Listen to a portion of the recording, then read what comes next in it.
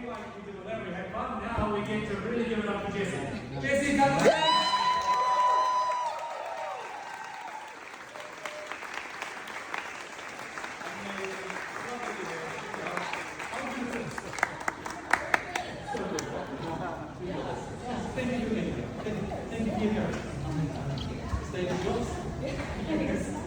Well, I didn't travel 30 hours to be on stage today. I didn't expect this. I was going to be here for my summer break with my son and wanted to be on ATV and the tubing ride.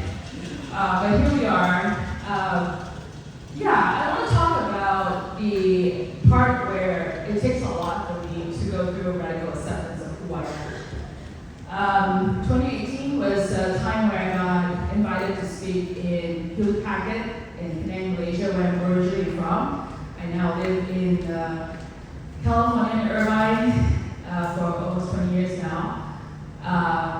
But at the time when I was going to talk at PhD, my son was only 2 years old, and I asked my mom if she could babysit him. And I was supposed to take off at 7 a.m. that morning.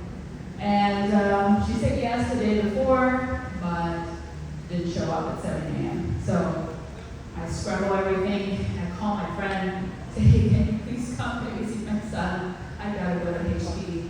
I gotta deliver this talk. And I did. My friend showed up. But that experience scarred me for a long, long time. And I knew why my mom did that. I knew why I was not supported. Because she came from a place where, as a woman, you're not supposed to be ambitious. You're not supposed to be seen.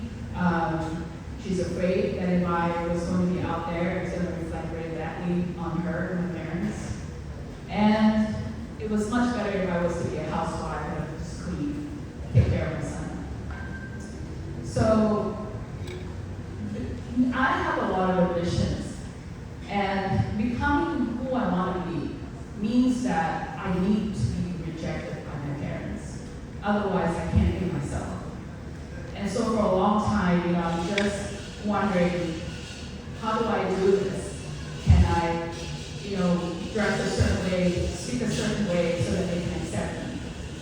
And I realized after a long time, after that 2018 situation, that was all some protective mechanism. I just was protecting myself, really abandoning my gifts to speak, to write, to teach, to coach.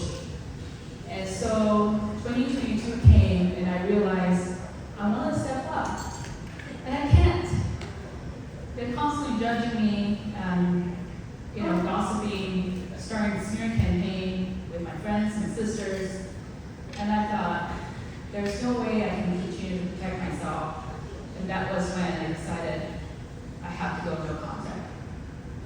And no contact means, it was easy to just go no contact, but that meant I'm totally rejected by them. That meant I have a family that is living out there and I have no idea what they're doing. They don't know what I'm doing. And suddenly I'm grieving for the loss of a living parent.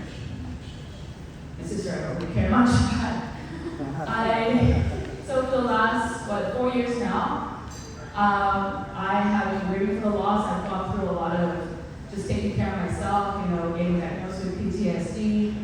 And I'll be honest with you, I still feel the grief, I still feel the loss, but I feel so much like myself. And one of the biggest moments is actually coming to Bali. I booked this trip for 1 month to spend time with my beautiful friend Grace, who invited me to this event.